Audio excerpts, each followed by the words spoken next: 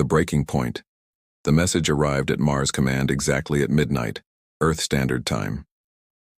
Commander Sarah Chen stood before the holographic display, reading the Kalari Dominion's latest decree, while her officers gathered behind her in tense silence. The alien text glowed purple against the darkness of the command center, each word another nail in the coffin of human freedom. All human vessels will cease operations beyond the inner solar system effective immediately, Sarah read aloud, her voice steady despite the rage building in her chest. Any human found in violation will be terminated along with their entire colony of origin. Lieutenant James Park slammed his fist against the tactical console. They can't do this. We've followed every one of their rules for 50 years. Sarah turned to face her team, seeing the same fury reflected in every face. 50 years ago, the Kalari Dominion had arrived with their massive dreadnoughts, weapons that could crack moons like eggs. Humanity had no choice but to surrender. Since then, they had endured increasing restrictions, higher tributes, and constant humiliation. But this new decree would trap humanity in a cage barely large enough to survive. Contact Admiral Stone, Sarah commanded. Use encryption protocol Omega. The secure channel opened, revealing Admiral Marcus Stone's weathered face. Behind him, Sarah could see movement, shadows of people working frantically at hidden stations. Commander Chen, I assume you've received the Dominion's message. Yes, sir. They're trying to bottle us up completely. Admiral Stone's expression hardened. They've pushed too far this time. Operation Phoenix is now active. Everything we've built in secret, every ship we've hidden, every weapon we've developed, it all comes into play now. Sarah felt her heart race. For decades, humanity had played the role of the beaten dog, bowing and scraping before their alien masters. But in the shadows of asteroids and the dark sides of moons, they had been building mining operations that reported half their actual output, research stations listed as destroyed but still operational, an entire shadow civilization preparing for this moment. How many ships do we have? Sarah asked. 8,000 combat vessels hidden throughout the outer system, Stone replied, plus another 12,000 automated drones. The Kalari believe we have less than 200 ships total. The numbers were staggering. While the Dominion collected their tributes and sneered at human weakness, humanity had been constructing the largest hidden fleet in galactic history. Every family had contributed, whether through resources, labor, or keeping the secret. Children grew up knowing they were part of something greater, something that would one day free their species. Dr. Maria Rodriguez entered the command center, her eyes bright with excitement. Admiral, Commander, the quantum missiles are ready. We've successfully tested them against captured Kalari shields. They pass through like the shields don't exist. This was humanity's greatest achievement. While the Kalari and other species relied on energy shields that had protected them for millennia, humans had discovered a way to phase matter through those barriers. The technology was uniquely human, born from a combination of desperation and innovation that their oppressors could never understand. What about the virus? Stone asked. Dr. Rodriguez smiled coldly. Already uploaded to every Dominion network we could access through their tribute collection systems. When we activate it, every Kalari ship will lose navigation, weapons targeting, and life support simultaneously.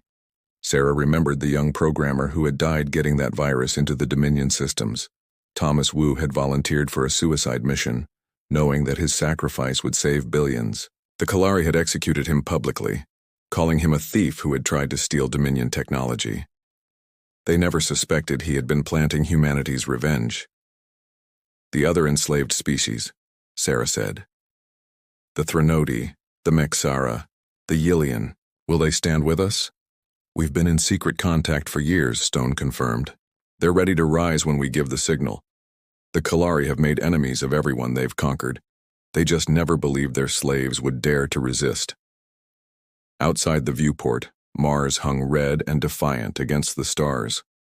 Sarah thought about her daughter living on Earth under the shadow of Kalari patrol ships.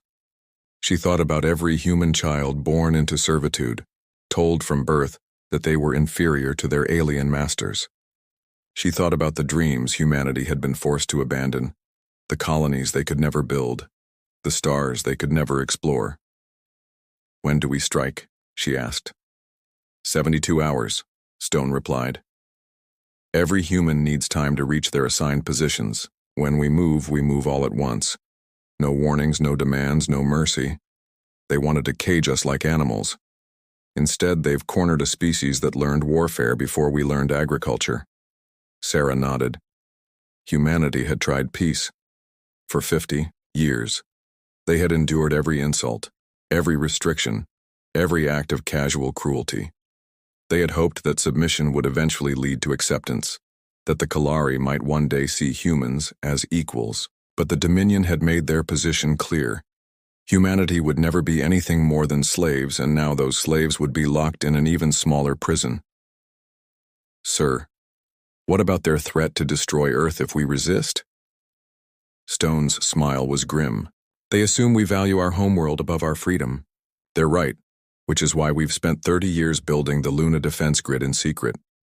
20,000 hidden weapon platforms that will activate the moment Kalari ships approach Earth. Our home will be protected." The Admiral's image flickered as he prepared to sign off. "Commander Chen, you have your orders. Prepare your sector for war, and remember, we get one chance at this. If we fail, humanity ends. But if we succeed, the galaxy will remember this as the day they learned why you never corner a human." The connection ended, leaving Sarah staring at the stars. Somewhere among those points of light, Kalari fleets traveled in arrogant confidence, believing their superiority was absolute. They had no idea that humanity had spent half a century turning their cage into a forge, heating their chains until they glowed white-hot and ready to break. She turned to her crew. "Send encrypted messages to all hidden stations. Begin final preparations. In 72 hours, we remind the galaxy that humanity didn't conquer their own world by being weak. We did it by being the most adaptable, stubborn, and dangerous species our planet ever produced." Lieutenant Park began entering commands, his fingers flying across his console. "Ma'am, should I include the colony ships?" "Everyone," Sarah confirmed. "Even the generation ships we sent out 40 years ago. The Kalari think they destroyed them, but they've been hiding in dark space, waiting for our signal." As her crew worked, Sarah walked to her private office. On her desk sat a photograph from before the occupation. It showed humanity's first colony ship launching toward Alpha Centauri, a moment of hope and triumph. The Kalari had destroyed that dream, but they hadn't destroyed the dreamers. She opened a secure file on her personal terminal, revealing technical specifications that would terrify any Dominion engineer. Weapons that violated 12 different galactic treaties. Ships designed not for defense but for total war. Technologies that the peaceful species of the galaxy had banned because they were too horrible to contemplate. But humanity hadn't signed those treaties. They had been excluded, deemed too primitive and violent to join the galactic community. Now the galaxy would learn that excluding humanity from their peaceful accords meant humans weren't bound by their rules of civilized warfare. A soft chime indicated an incoming message. It was from her daughter on Earth. "Mom, everyone's talking about something big happening. Are you safe?" Sarah typed back quickly. "I will be. We all will be. Soon." She closed the message and returned to the command center. Outside, the first hidden ship had begun to move, a shadow against the stars that Dominion sensors would never detect. One ship became 10, then 100, then thousands. Humanity's secret fleet was awakening. The stars ignite. The attack began at 0300 hours, simultaneously across 17 star systems. Captain David Reeves watched from the bridge of the hidden battleship Retribution as thousands of human vessels materialized from apparent nothingness. The Kalari patrol fleet near Jupiter had exactly 3 seconds to react before the first quantum missiles phased through their shields. "Direct hits on all targets," his weapons officer reported. "Kalari vessels are venting atmosphere." David felt no satisfaction, only cold purpose. These same aliens had executed his parents for refusing to meet an impossible production quota. Today was not about revenge, it was about survival. Across the solar system, similar scenes played out. The virus Dr. Rodriguez had planted activated, turning Dominion ships into floating coffins. Life support failed, navigation computers crashed, weapons systems turned on their own vessels. The mighty Kalari fleet, which had terrorized the galaxy for 1,000 years, found itself crippled in moments. On Earth, President Elena Vasquez stood in the underground command bunker, watching feeds from around the planet. The Luna defense grid had activated, revealing weapons that had been disguised as mining equipment and communication satellites. The Kalari command ship approaching Earth suddenly found itself surrounded by 20,000 targeting lasers. "Dominion vessel, this is Earth Control," Elena broadcast. "Your shields are useless against our weapons. Surrender immediately or be destroyed." The response came quickly, High Commander Zekthor's translated voice dripping with disbelief. "This is impossible. You are primitives. You have no such technology." "We were primitives when you arrived," Elena replied. "But you made a critical error. You assumed that a species capable of splitting the atom within decades of discovering electricity would remain helpless. You thought our creativity was a weakness. You were wrong." The Kalari commander tried to respond, but his ship suddenly lurched. Human boarding parties, wearing power armor reverse-engineered and improved from captured Dominion technology, had breached his hull. The aliens had never considered that humans would dare to board their vessels. They were about to learn that humanity had perfected close-quarters combat over thousands of years of warfare. Marine Colonel Lisa Thompson led the boarding party, her team moving with practiced precision through the Kalari ship. The aliens, despite their size and strength advantage, were unprepared for human tactics. Flashbang grenades disabled their sensitive hearing. Smoke obscured their vision. And human soldiers, trained from childhood for this moment, showed no hesitation. "Command deck secured," Lisa reported. "High Commander Zekthor is in custody." Across the galaxy, the uprising spread like wildfire. The Threnodi, seeing humanity's success, overwhelmed their guards on the mining worlds. The Mexara, brilliant engineers forced to maintain Dominion ships, turned those same vessels against their masters. The Yilian, whose psychic abilities had been suppressed by Kalari dampeners, found those dampeners mysteriously offline thanks to human sabotage. Admiral Stone coordinated the assault from the secret command station in the asteroid belt. The holographic display before him showed green light spreading across the galaxy as human forces took system after system. But he knew the real test was coming. The Kalari would send their grand fleet from their homeworld, ships that had never known defeat. "Admiral, we're receiving a transmission from Kalari Prime," his communications officer announced. The image that appeared showed the Kalari Supreme Leader, a being so ancient and powerful that most species considered it divine.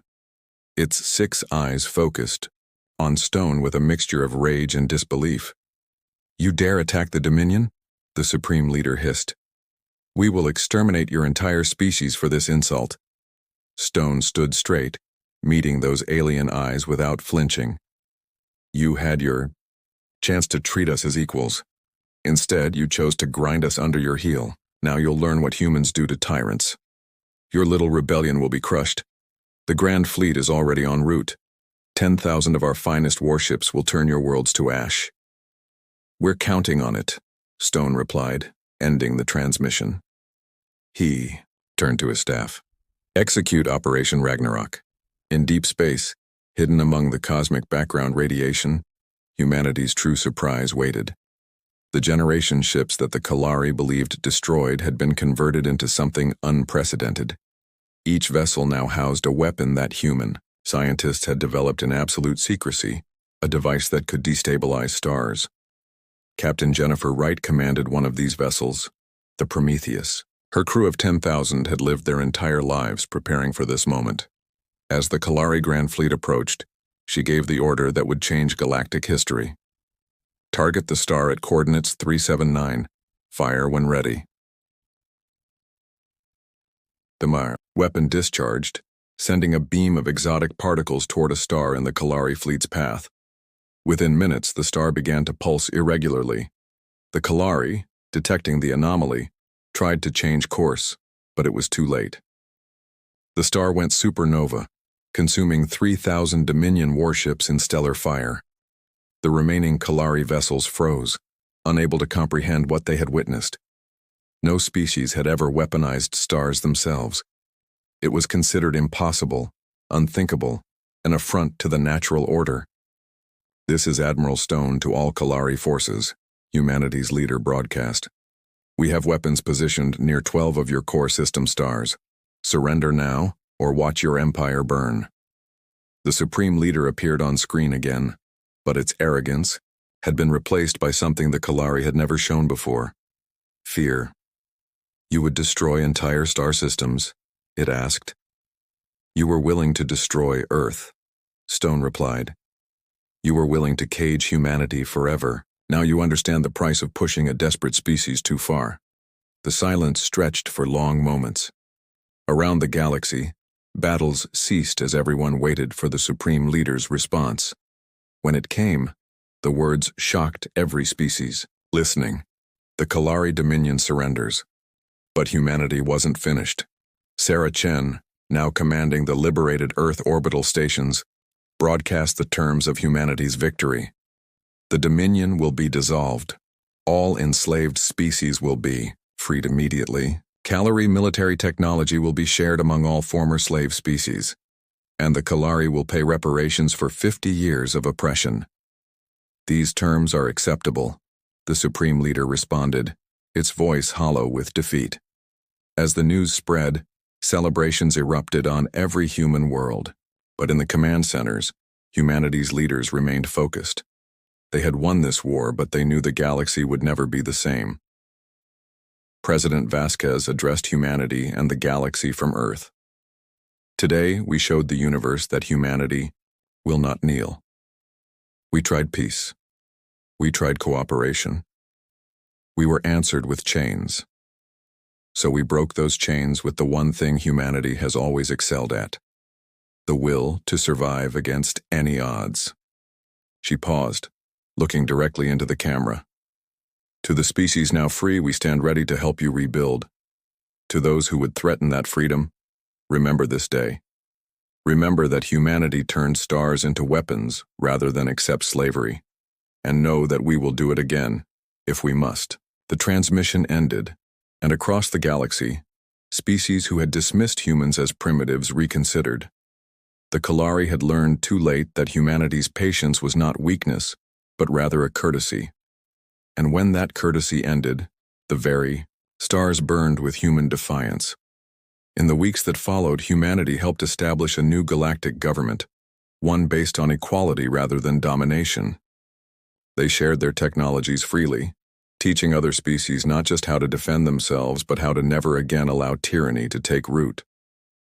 And in every human school, children learned the lesson of those 50 years. Patience and diplomacy should always be the first choice. But when freedom itself is threatened, humanity would make the stars themselves weapons in defense of liberty.